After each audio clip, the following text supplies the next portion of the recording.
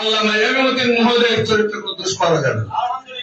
আমাদের এরকম অনেক রাজনৈতিক চেয়ারম্যান মহাসচিবরা বলেছে যাদের তুলনা করা যাবে যারা ক্ষমতায় গিয়েছে, কিন্তু তাদের মূল্যায়ন কিভাবে আনা যায় সেই বিষয়ে আপনাদেরকে লক্ষ্য রেখে আজকের অনুষ্ঠানের সম্মানিত প্রধান অতিথি আল্লামা এমামউদ্দিন মহোদয়কে ঘোষণা করছি। সবাইকে ধন্যবাদ।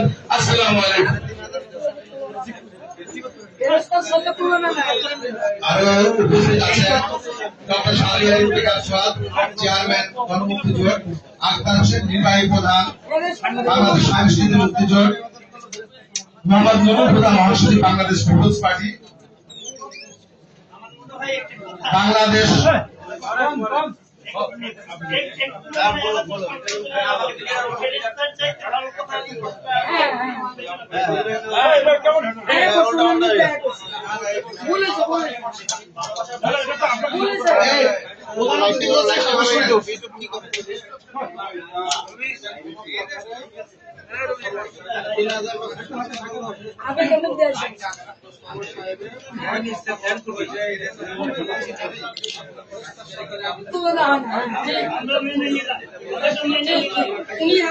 সবাইকে ধন্যবাদ।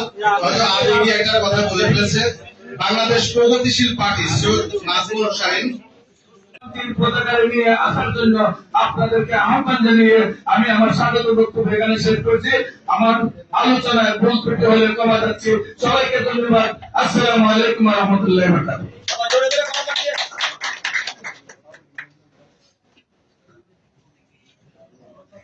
সবাইকে ধন্যবাদ জ্ঞাপন করছি আমাদের সাথে সম্মতি জ্ঞাপন করেছেন এবং আপনারা যারা আমাদের দাওয়াত গ্রহণ করেছেন তাদের আমি নাম ঘোষণা করছি।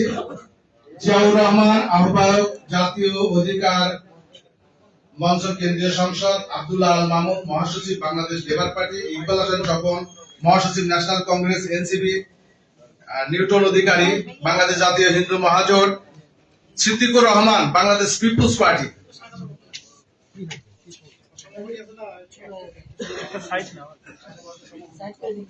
ক্ষমা চাচ্ছি আমার মঞ্চে আসার জন্য। আমি নিজেও ব্যক্তিগতভাবে একটি রাজনৈতিক দল করি। আমরা সবাই রাজনৈতিক দলের কর্মী হলেও ইসলামী সমন্বয় পরিষদে আমাদের কোনো পরিচয় নাই। আমরা এখানে সামাজিক কাজ করে থাকি। তবে আমার পার্সোনালি রাজনৈতিক সংগঠনের মধ্যে থেকে আমি এমপি নির্বাচন করি ঢাকা ৮ আসনে। আমি ইসলামী ফ্রন্টের কেন্দ্রীয় সংগঠন ইসলামী যুব সেনার কেন্দ্রীয় সভাপতির দায়িত্বে আছি। বিশেষ করে আজকে ইসলামী ফ্রন্টের সম্মানিত চেয়ারম্যান মহোদয় আমাদের মধ্যে উপস্থিত হয়েছেন। আমাদের অনেক বয়োজ্যেষ্ঠ উনি সাংগঠনিক ভাবে, অন্যদিকে ইসলামী ফ্রন্ট একটি সরকারি রেজিস্ট্রেশন সংগঠন যেটা 3 বছর ধরে নির্বাচন করে মোমবাতির প্রতীক নিয়ে। তাই আমরা আপনাদের সবাই সমর্থন দিলে আমরা আজকের অনুষ্ঠানে আমাদের মাননীয়